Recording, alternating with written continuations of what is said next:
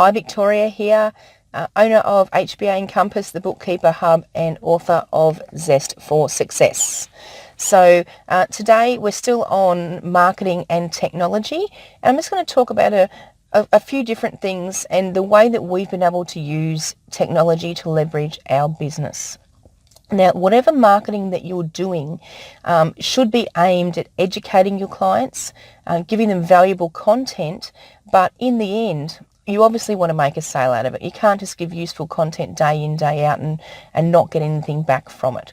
So I'm going to talk today about a few different tactics and how it's worked for us. So firstly, I want to talk about email campaigns. We did talk about it briefly when we were talking about our marketing overview, but a little bit more about the technology of marketing campaigns. Now, what you want to do is to automate everything as much as possible. So one or two tools that we use when we're talking about email campaigns are apps called MailChimp and Lead Pages. Now, MailChimp is free for up to, I think it's 5,000 email addresses. Lead Pages you do need to pay for. You can pay a monthly subscription or you can pay up front and get a discount. So if I were to do a marketing campaign where I may put an ad on perhaps Facebook, and I would lead them to a landing page. Now, we've spoken about landing pages previously. Well, Lead Pages is basically a landing page creation tool. It has lots of templates of landing pages that people have used in the past that convert that you can use. You can customize them with your own logo and colors and wording and whatever it happens to be. But it's a matter of driving somewhere to a page that's uncluttered and is basically a sales page about whatever it is that you're trying to get them to do. So for example, we're running some Facebook ads at the moment for the Bookkeeper Hub, which is all about plumbers and helping plumbers grow their business. So we have written an ebook, and the ebook is 7 ways to keep the cash flowing.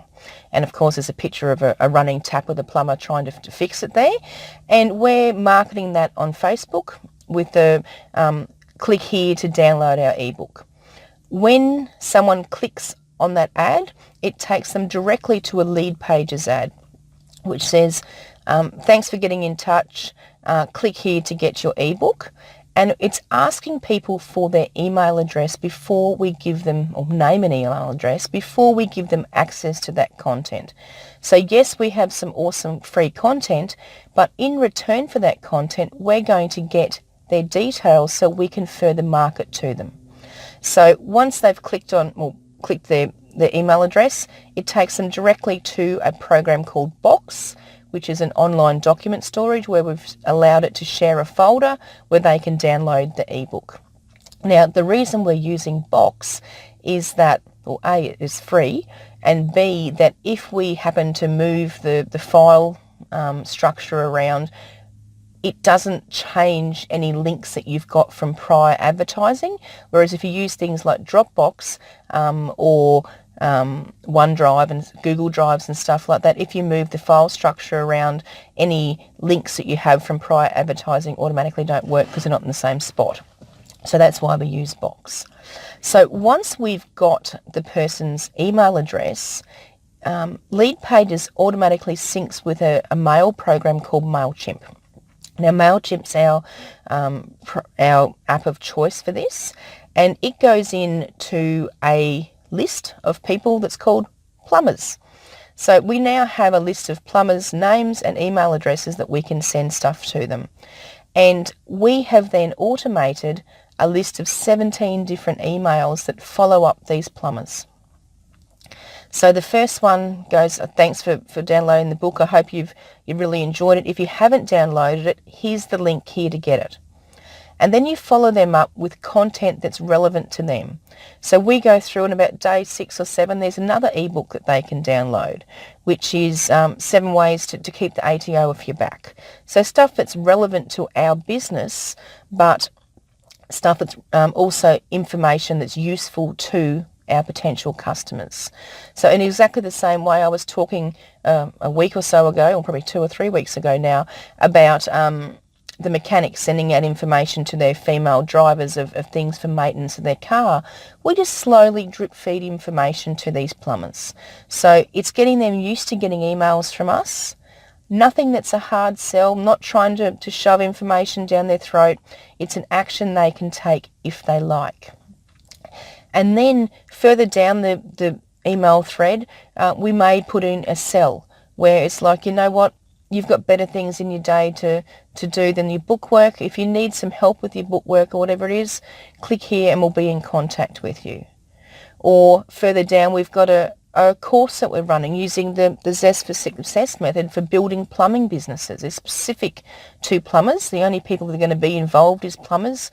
All our content is rewritten for plumbers. So it's stuff that's relevant for them. Yes, there's a cost for that because at the end of the day, I'm in business to make money. I'm in business to make a sale. But I want to get these people to know and love me before I try and push something down their throat. Now, there's no strict formula about how long your email funnel should be. There's lots of studies that have been done, and it ranges from 4 to 11 to 16 points of contact before people will buy off you. There's theories that you should start with your small products and lead up to your big product. Other theories go sell your big product first. If that doesn't work, then go down to your small product. There's no right or wrong or definitive answer on that.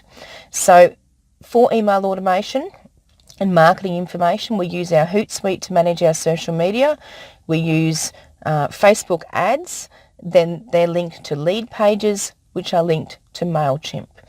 Now, the bigger that your business gets, the more sophisticated these products may need to be.